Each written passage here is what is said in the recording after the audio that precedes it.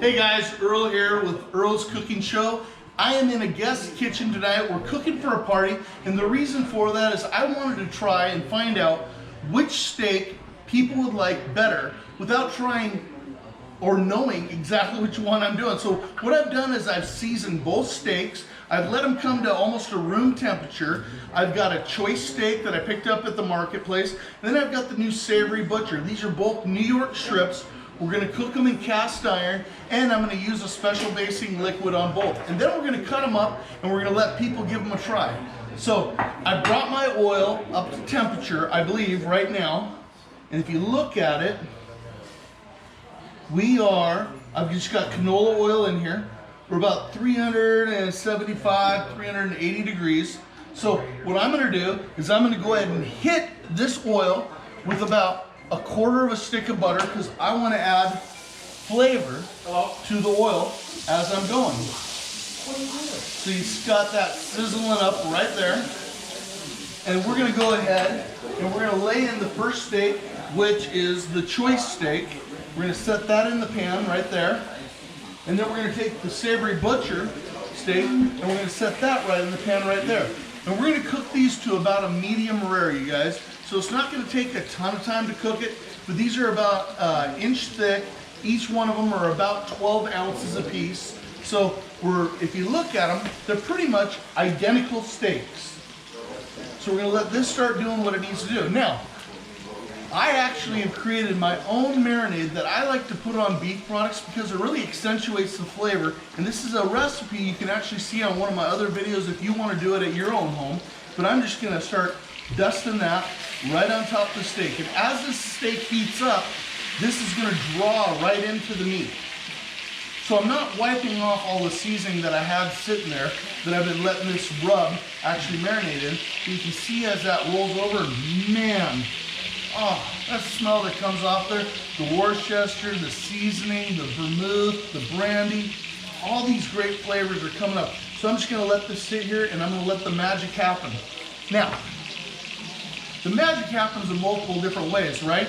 Because I did use my ridiculous seasoning on it and I got all the way around the fat cap and I got on top of the steak all the way around it and I let it sit there for about 30 minutes, come to room temperature, and I let all of these great spices marinate and steep into the steak. But a lot of people when they're cooking steak, they want to screw with it, they want to flex with it. This is a heavy cast iron pan. All of this heat is right here. I don't have to worry about losing temp in my pan when I cook with cast iron. By using cast iron, I know that even if I put in a room temperature steak, I'm not going to have more of a variance of maybe 2 to 3 degrees as I put this in there. But I want to let it just sit there and do what it needs to do. But you're going to see when I actually turn this over here in just a second, I'm going to show you how I end up basting the steak as it cooks. And we're looking for about a perfect medium rare as we go. So I'm going to let this sit here for just a second, and then I'm going to grab a spoon that I can use for the basting. All right, guys, so it's been a couple minutes. I'm letting these steaks do exactly what they need to do, but I'm going to show you another little trick that's really important when you're cooking steaks. A, you don't want to overcook it. These are expensive cuts of beef, so we're treating it with care, but I'm going to show you a trick that a lot of people don't think about when cooking steaks, and that's the fat cap. There's a lot of flavor in it, and we spent the time to season it, so I'm going to take and pull these things up on edge, starting with the Savory butcher steak first, and then we're going to run the choice steak just like this. And we're going to bring them right over here, and we're going to let those fat caps start melting down. If you look at the steak right here, you can see that I've already developed some caramelization and a nice bark going on that steak. But right now, I want to make sure that I'm getting that fat cap starting to melt down and let that steak absorb all those flavors. Because what happens with heat? Heat rises, cold goes down. So by putting the fat cap down, I'm allowing the heat to rush up through the steak and get all those great flavors incorporated into this wonderful cut of beef.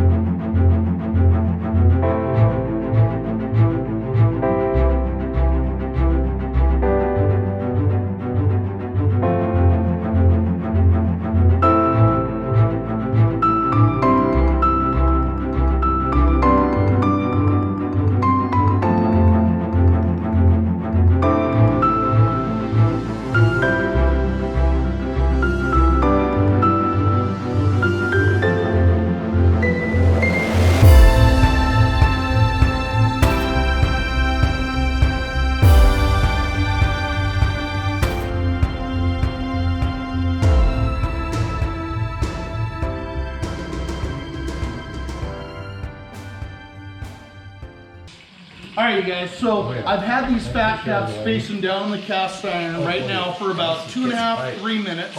And we're gonna take a look at how we're doing just with this. Now you already see the first side that I had down.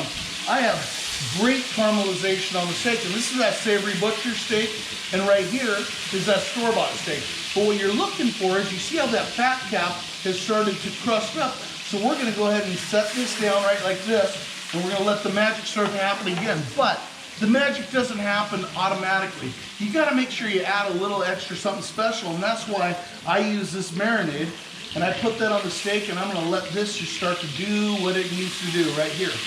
Keep in mind, I already hit it with ridiculous rub all the way through, and we are getting so close, you guys. And if you wanna know how your steak's doing, here's the quickest and easiest way to check. Touch your steak. Right now, these are just about perfect, you guys. So I'm getting really excited. We're gonna take and set this over on a cutting board. We have the store-bought steak, we have the Savory butcher steak. We're gonna slice it up, and we're gonna do a blind taste test. I just wanna get the last bit of caramelization on this, and we're gonna be cutting it up here in just a second. I've already hit it with what I need to hit it with, and you don't have to turn your steak and flip-flop and back and forth. And please don't take forks and stab it, because when we're cooking it in cast iron, we're creating a seal coat on the outside of the beef. That helps you retain all of that moisture. You saw what I did with the fat cap. That also sealed it as well. So I'm making sure that all of the best possible beef flavors are staying inside this expensive cut of meat, so that you can enjoy it when it hits your plate. It's simple, it's not difficult to do. The most important thing is just let the steak do what it needs to do, and don't futz with it. So we're gonna be right back here in just a couple seconds. This isn't gonna take long. My oil's at about 370 degrees. We're gonna get that last bit of caramelization, then we're gonna slice it up, and guess what? Here's the good news. It's gonna be time to taste it here on Earl's Cooking Show. Okay, so you heard me say earlier that it's important to make sure you're basting your steak. Now, I have a cast iron skillet with a silicone handle. That means that I can grab it when most of the time you wouldn't be able to grab it. Then I'm gonna take some of these amazing, amazing juices that are coming out of the steak already, and I'm gonna let it baste right over the top. And I'm gonna hit that steak, and look at the magic happen right there. And I'm gonna do it both sides, because I'm not showing preference to one steak or the other. I'm just gonna make sure that I get these hot liquids right on top. It's almost like poaching, but we're doing it in reverse, right? We're letting that hit up on the steak right there. We're not wasting anything, and we're letting the steak do its magic. We are almost there, you guys. I'm so excited, I can't wait to taste it, but let's just check. Right now, we are at a medium, and this is when the magic happens next. A lot of people want to pull their steak right out of the pan, start hacking it up, and you gotta let it rest. Let it do what it needs to do. So we are going to pull these steaks off. We're gonna set them on a cutting board, and we're gonna let them rest. So we have the store-bought steak right here. We're gonna set it there. We're gonna let it rest. We've got the Savory butcher steak. We're gonna set it here, and we're gonna let it rest. It's gonna take about 3 minutes. 3 minutes of rest time before I actually want to cut into it, because the steak is so hot right now. If I cut into it immediately, all the juices are gonna run out. So I wanna allow the steak to cool down. But in the process of cooling down, this steak's also gonna continue to cook. So if my internal temp right now is 145 degrees, by the time I get done letting it rest, the internal temp's gonna be about 150 degrees. I can tell by feeling the steak that we actually have about a medium cook on those. The funny thing about a New York is it's going to cook a little bit faster. It's a lot more difficult to hit that medium rare. So you'll notice a lot of people at restaurants, they'll order a New York steak, and you see them sending it back because they asked for medium rare, and all of a sudden it ended up medium. They're going, it's overcooked. Why is that? Because there's less marbling, less fat, so there's less forgiveness as you cook a New York steak. So temperature is really important. It's as important as letting that steak rest on the cutting board. So we'll see you back here in just a few minutes as I cut up these steaks, and we'll talk to you then. All right, guys, we have let these steaks rest the perfect amount of time, and I know this because as I feel them, I can not only tell the feel is correct, but I can also tell the temperatures came down. So let's give this thing a cut. This is a store-bought, and look at that. That is the perfect medium rare. And that's what I was hoping for. I like a medium rare, especially on a steak that doesn't have a lot of fat content in it. So we're cutting the choice steak up.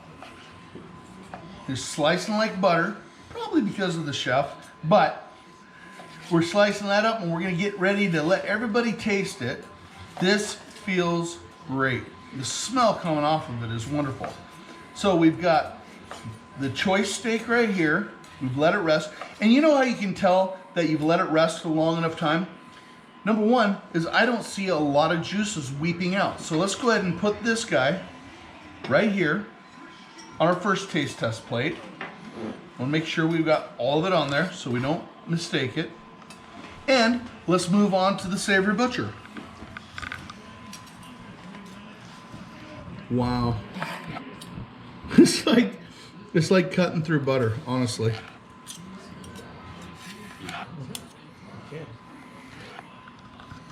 I love that. I can get nice thin slices going on it. And look at that. That's that pink that you're looking for inside there. You know, if you're a fan of medium rare, I am a fan of this steak right off the bat. I love the fact that I'm able to cut this nice and thin if I want to. But a lot of people screw up when they're cutting steak because they don't look at the grain of the steak. So if you cut against the grain, that creates pins, right? So picture those, you remember those fun little things that you take and you put on your face and all these pins would create the perfect shape? It's kind of the same idea with steak. Steak runs in fibers. So if you cut across the grain rather than with the grain, you're gonna create an easier bite and chew for it. But this is ridiculous. So we're gonna put the choice steak there. I cut these up pretty thin just because it was really easy to cut them. And we're gonna put these right over here. And what I'm gonna do is I'm gonna take it over there and I'm gonna let everybody give it a try. Just look at that. Wow. All right, so we're gonna move these over. All right, so we got our steaks right here. We got the choice, we got the Savory Butcher. We're actually gonna set it down here. We got a crowd of people over there to give it a try. We're waiting to see their reactions. So everybody, I know you've been waiting for steak, so let's give this a try. Yay! And I'm gonna scoop some for myself. Don't be scared.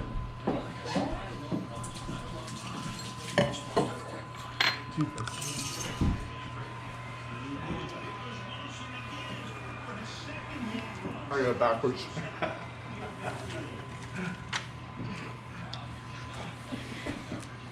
Whoop.